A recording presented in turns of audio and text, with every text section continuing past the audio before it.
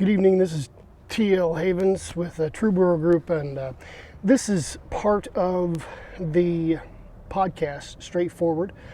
I've been a little bit laxed as to getting the content out there. I've been rather preoccupied with a couple other projects, and this video you're probably watching on our YouTube channel, the True Brewer Group's YouTube channel, and I wanted to go ahead and get a couple of, because I missed last Friday, unfortunately, which is bad on my part, I wanted to get a couple of things out there. Now, I like to go out and find a setting outside, someplace that's a little bit unique, and do my filming there rather than being in an office or, like a podcast studio or anything like that. The first thing I want to talk today about, in this video, I want to talk about efficacy versus efficiency, okay? Now, if you understand what these two words mean, then we're probably going to be off to a pretty good start. But if you do not know what efficacy is defined as the ability to produce a desired or intended result. So it's the ability to produce a desired result, okay? Has to do with ability, skill set, all right? When we talk about ability, we talk about accuracy and precision, and that's another subject whatsoever that I may speak about later, and I've spoken about that before. But for right now, let's just keep this within the context of efficacy and efficiency. Now, efficacy being the ability to reach or to produce a desired or intended result also goal. That also indicates productivity. And I always say to people, stop looking at how successful you are and look at how productive you are. Stop looking for your purpose, because your purpose will be naturally revealed in what you do when you start analyzing your productivity levels, okay? So keep that in mind. Now, what's efficiency? Efficiency basically is maximum productivity with minimum wasted effort or expense. Now, think about that when it comes to business. Maximum productivity with minimum wasted effort or expense. Now, I think effort is expense. The two things that we have that are most valuable, and I'm going to talk about this as we get into this episode, is time and effort. You expend energy, you can regenerate energy, but you spend time and you'll never regenerate time. Time is like land, only more valuable. You will never regenerate time. You will never increase the time you have here in your life, in this lifespan that you have. Everyone has a certain amount of time. We don't know how much time. Things happen. We say, well, this person died too early, or they died young, or they, or a person may live until they're, 98, 99 years old, 100 years old. And, I've lived a long life. They've had a lot of time, okay? But we don't know. Time is, cannot be predicted as far as how much of it you have. So you cannot determine how much of it you have, and there is, no matter how much you do have, there is a limited amount of it. So for the person who lived to be the age of 98, 99, 100 years old, and the person who lived to be 20 years old, the time is limited. So you cannot produce more time, okay? So time is very valuable.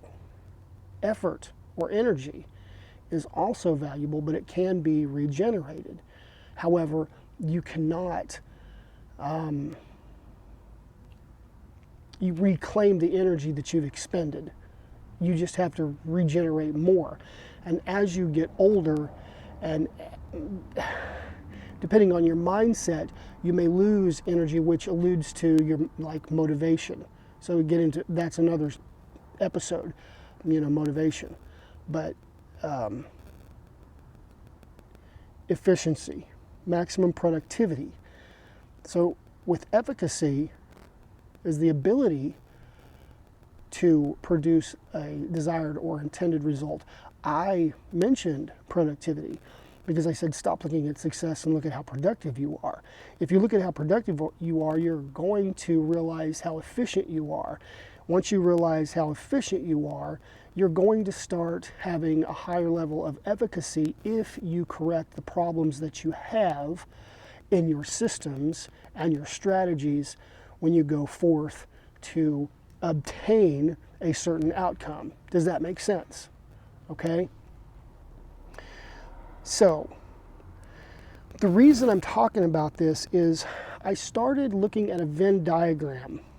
Started with a Venn diagram, it's 3 circles, and I may put together a mind map and put this out there. I have not done that yet. That's going to be a lot of energy,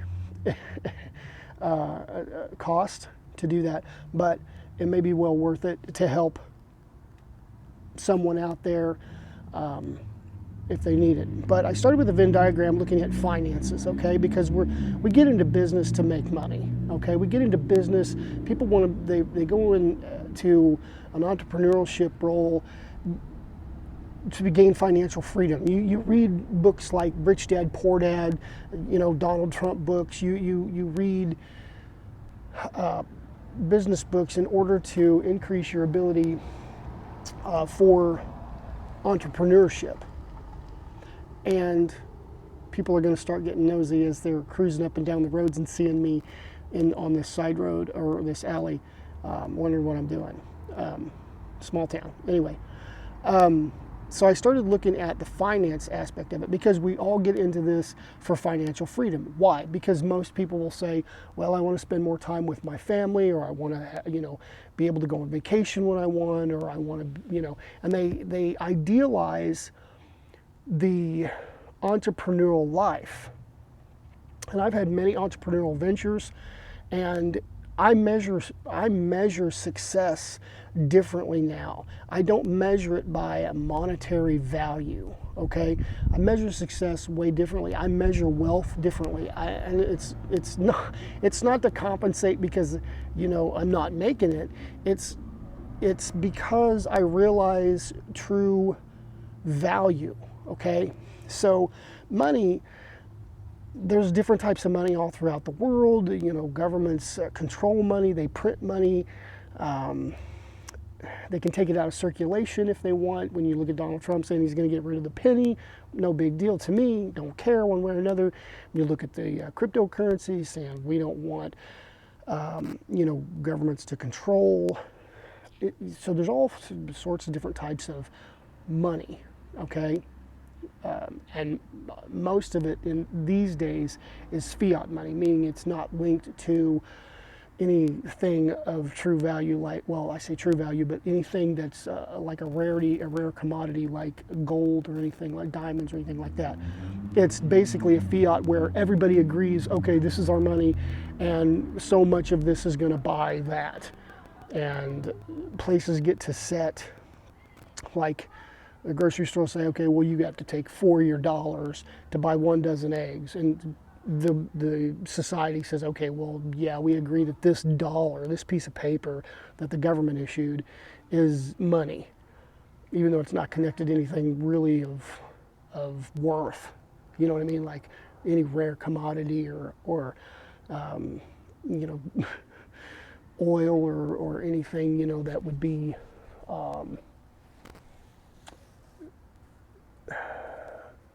of value when it comes to economics of supply and demand, okay? Which is why time is so valuable, because of the supply and demand. There's a limited amount of it, and the demand of it is what we're going to talk about today because of value. Okay, so we got kind of off track, but let's go back here. I started with a Venn diagram of wealth. And how does a person gain financial freedom? Well, you hear about compounding. And if you do any research or you listen to videos, you're going to hear reference to Einstein talking about, and I'm paraphrasing here, basically, the person that doesn't take advantage of compounding is a fool. Einstein wasn't that smart, because when you get to a certain age and you realize, like I have, I didn't do things right when I was younger. I need to do things differently. No matter how much you do and how much you try, no matter how much you compound, you are not going to compensate for the loss of time. Compounding takes your money, puts it into a place where it draws interest, makes money, puts it back in, compounds it, and builds, grows, right? That's compounding on a basic level.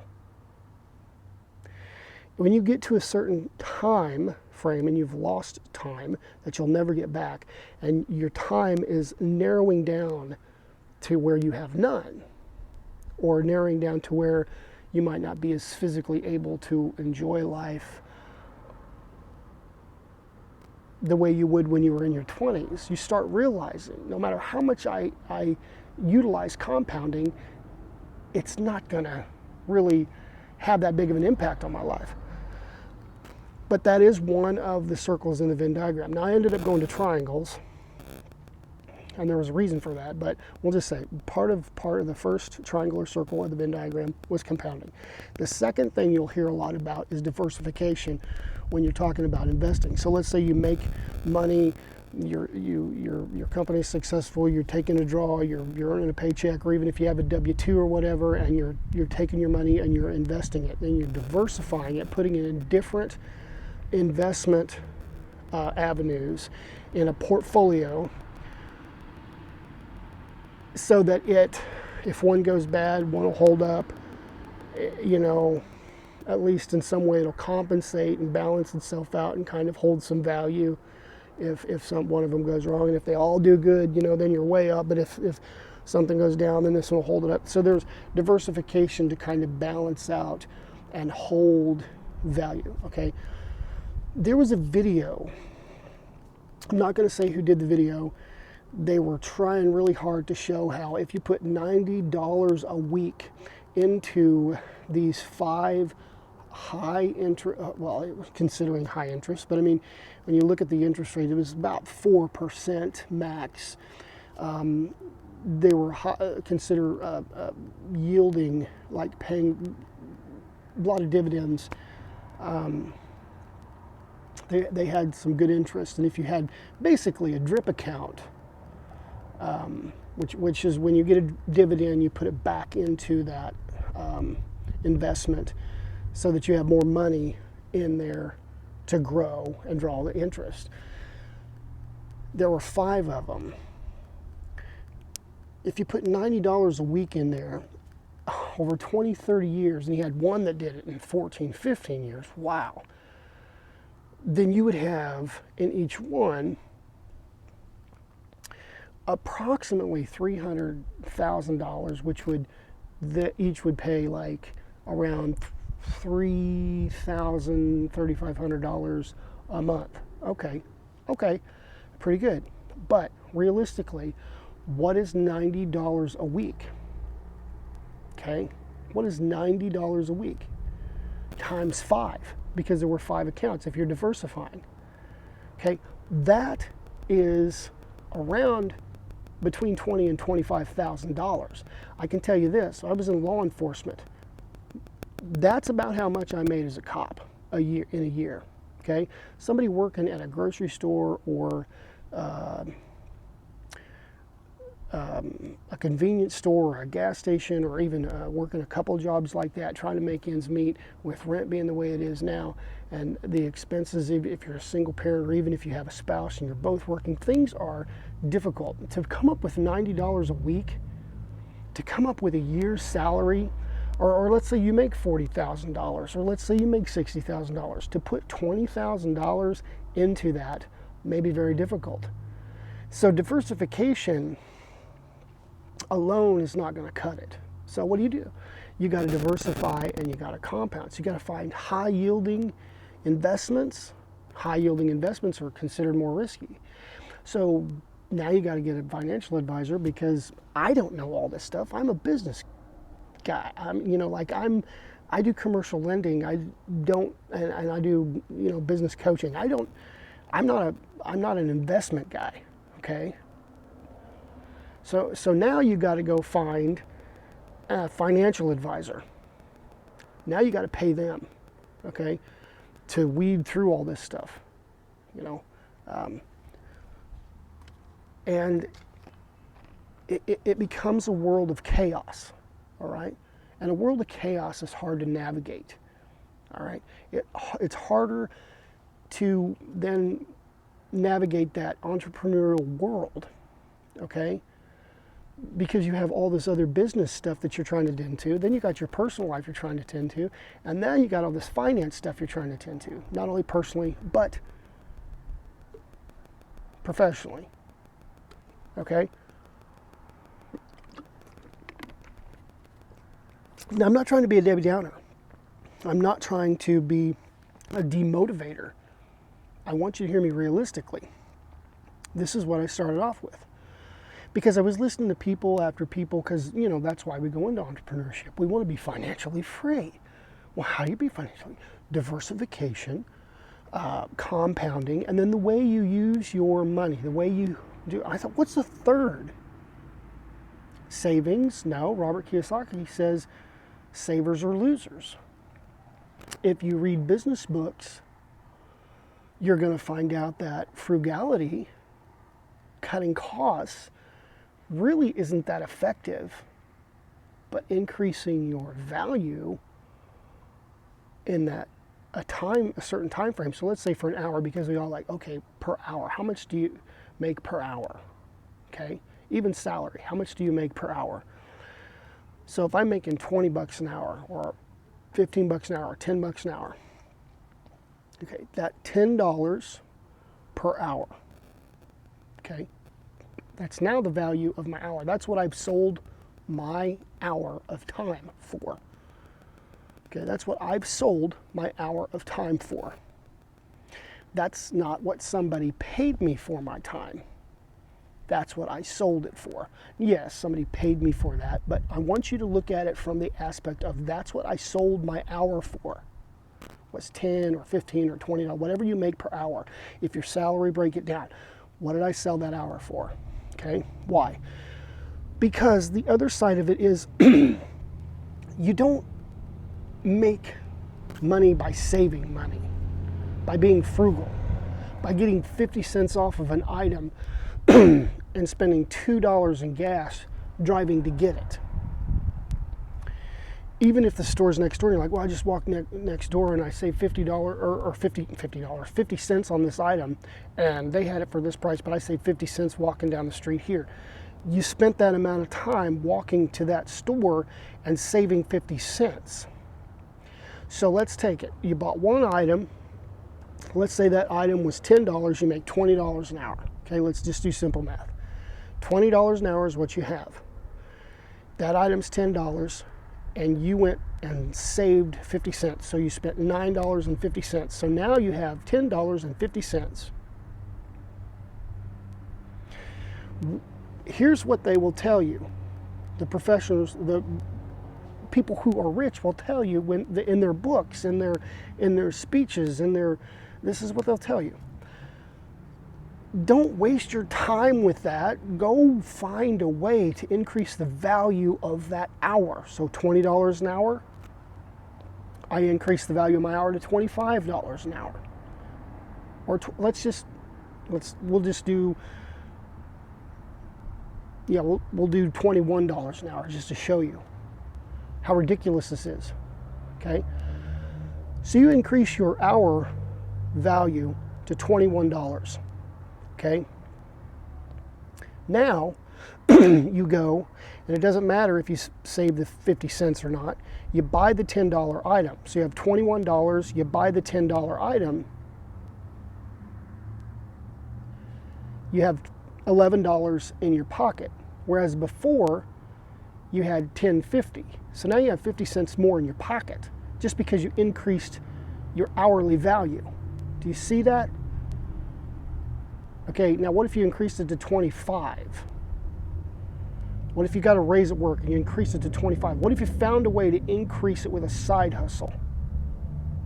Okay? Increasing your value of that hour, of your time, is key. And now, a lot of people say, well, what if you do both? What if I saved the 50 cents and got the increase in the value? Oh, okay, more power to you, but why waste your time? Because in the time it takes you to walk down there and get that thing, I've got that thing bought and I'm doing something else. Now, while you waste your time, I'm already starting on my second hour of $21. My time is important, and the time it takes for me to try to save that 50 cents, I could be doing something to earn another 21. That's the argument that they use. Makes sense to me. It makes sense to me. So now we have the Venn diagram of compounding, diversification, and value. And all of them have to do with time in some fashion. Because if I do in diversification, instead of one earning, I have 5 accounts or 5 avenues of, or 5 methodologies, 5 investments earning interest. I've just increased what I'm doing in that amount of time. Compounding, I'm taking my money that's earned interest, and I take that interest and I put it back in. Now I have more money within an amount of time earning interest, and it's building on itself. And the more it builds on itself monetarily, the shorter amount of time it takes to grow. Do you see what I'm saying? I may not be explaining that exactly right, but I'm sure you can understand. Now value, third part of the Venn diagram.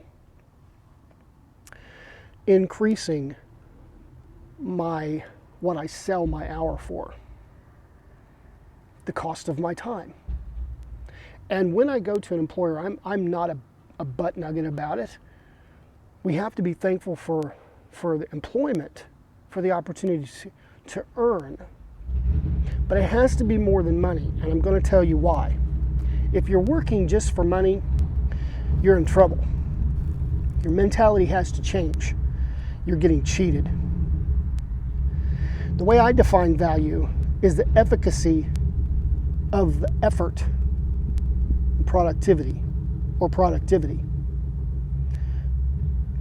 Value I define as the efficacy of my effort or my productiveness. Okay? I'll think about that for a minute.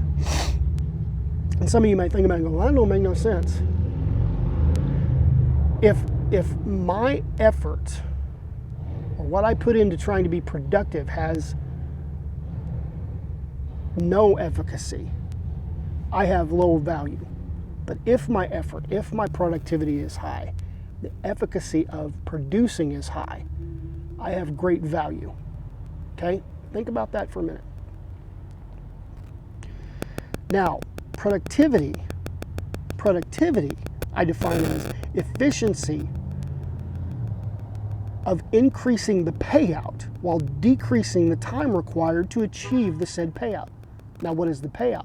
Well, it could be anything. Okay? What is the payout? Whatever you sell your time for. Could be money, could be pleasure, could be knowledge, could be sleep, could be entertainment. Whatever you sell your time for. Whatever you get in exchange for giving up your time. That is what you sell your time for. That is the payout. So productivity is the efficiency of increasing the payout and decreasing the time required to achieve the payout. Now, time has to play a factor in this because we're doing this within the time span of our life. And it's the most limited resource and the most expensive commodity in economic terms of supply and demand that you will ever see. It is more expensive than real estate, but you don't think that way. Why? Because you have to pay rent because you need a place to stay or live, or you like that house, so you got a mortgage and you got to pay on that because you love this house. You're selling your time, so you go to a job and allow someone else to determine how much your time is worth, how much time you're going to give them. So are you in control, or is someone else selling your time and setting the price you get, the cost and the payout for your time? The mentality needs to change if you're going to be an entrepreneur. You have got to start thinking along the terms of, what am I selling my time for? Then you will stop taking jobs that are going to distract you from what needs to be done in your specific area of speciality or specialty. And you need to specialize. Don't generalize. You need to specialize. Stop generalizing. You can't be a web designer or a pole barn builder, and then when somebody says, hey, can you come fix a fence, or can you put a window into my house, or can you design a logo for me, go, yeah, I can do that, because you want the money for that. Because it's going to take your time away from your specialty. What are you selling your time for? And if you're chasing the dollar, you've got a problem. Because the dollar is fiat, so is cryptocurrency. And there's no difference whether the government controls it or whether it's just some free, it's fiat. What is valuable? You give me a gold nugget, we'll talk. You give me diamonds, we'll talk. You figure out a way to produce more time for me, we'll talk. You figure out a land making machine, we'll talk. Until then, I'm going to set my terms for my time. Now, if you're a W-2 worker, don't be discouraged. You just got to think about why you're doing the job you're doing. And if it's for that house, for your family, if that is the reason, not the money, go for it. There are greater things than the fiat dollar. Financial freedom is a state of mind. It is absolutely not. It is not being able to jump on a helicopter, go to your yacht,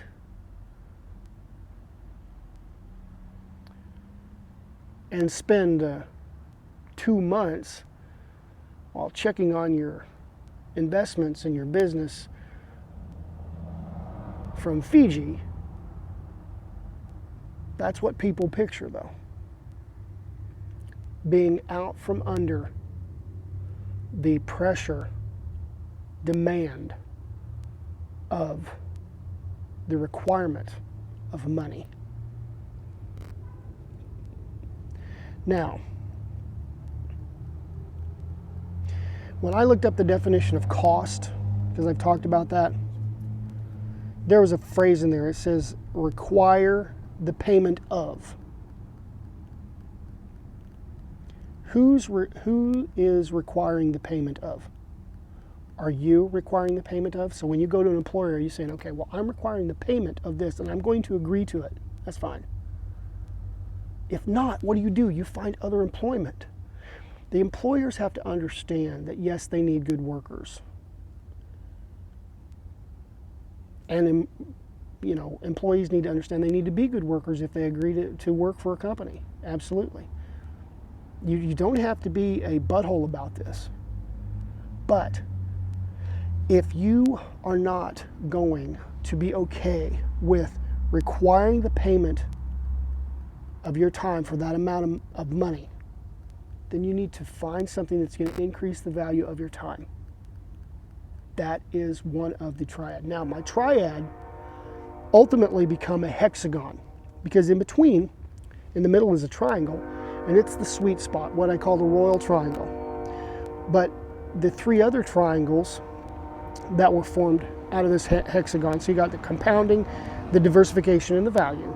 And then the three other triangles that come were worth, wealth. And here's a term that is used in businesses, but I think it needs to be applied in personal finance as well, and that is a working ratio, okay? Now, I'm going to talk about the working ratio in another episode, but just briefly, okay, I want to give you what a working ratio is. It's the measure of a company's, like I said, it's typically applied in business, but we need to think about our personal lives and our finances as kind of a business, okay?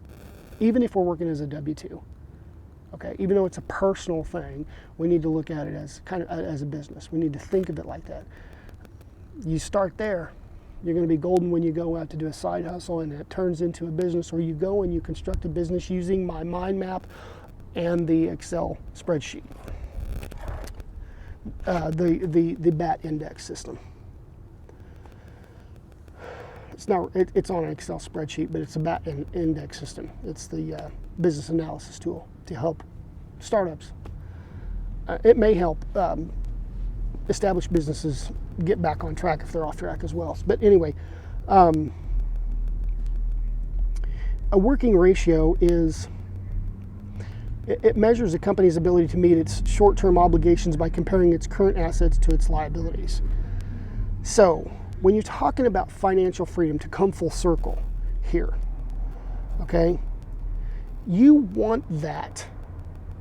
This is what people idealize, and here's where you look. This is a working ratio. So you got worth, wealth, and your working ratio.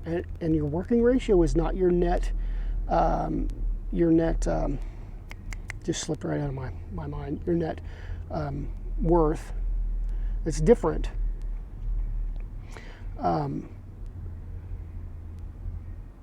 But your working ratio will indicate like you're making enough money passively, hopefully, eventually, but actively, because I think we'll get bored, and I don't know, I would. So I got to be active to a certain level, but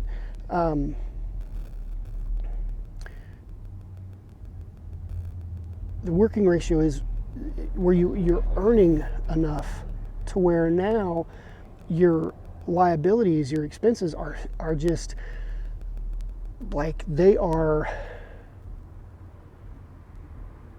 surpassed so much by your value, your income, that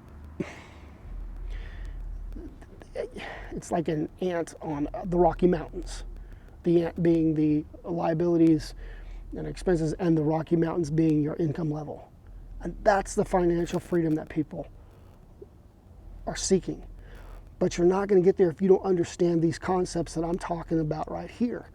These concepts you're going to get from people like, Robert Kiyosaki and, Mr. Belfort, the Wolf of Wall Street. I mean, you're going to get these concepts from these people. Now, one of the things that I want to do in the future is I'm going to give you basically what I call the dream team of YouTubers that are business oriented. They have the greatest knowledge that I've found, and I'm going to give you a list of them. But I need to talk to them first before I do that. So just keep in mind, how are you spending your time? People say all the time, how'd you spend your time? Think about that. I want you to ask yourself a different question. Not how are you spending your time? What did I sell my time for today? Did I sell it for sleep? Did I sell it for binge watching Netflix and eating ice cream? Did I sell it for working out? What did I sell my time for today? If I'm a W-2 worker right now and I'm wanting to start a business and I have to have my job right now, to live, that's fine. That's perfectly fine. Nothing wrong with that. But if I have to have that, is there a way that I can increase the value of my time? Basically, is there any way that I can sell my time for more? Stop looking at how you can save and start looking at how you can increase the cost of your time and sell that to other people. Sell it to another employer. Sell it to your employer, and if they don't have it, look for another employer. You know, it costs employers a heck of a lot more money to lose an employee and train a new one than it is to maintain current employees. And if you're a good employee, if you do your job well, if you show your skill level, I don't see why there's not any reason why they couldn't increase or buy your time for a little bit more if you want to increase the cost of your time. And if not, you're worth more. And what are you worth? Well, you get to determine that. And we all think that we're worth a lot. And I don't see why we're not worth a lot. Can everybody be at the top, at the pinnacle? No. And quite personally, I don't want to be at the pinnacle. I just want to be at the point where my working ratio is, I think the lower it is, the better it is, but I want it to be at a very working level, a very positive. I say positive, but lower you get.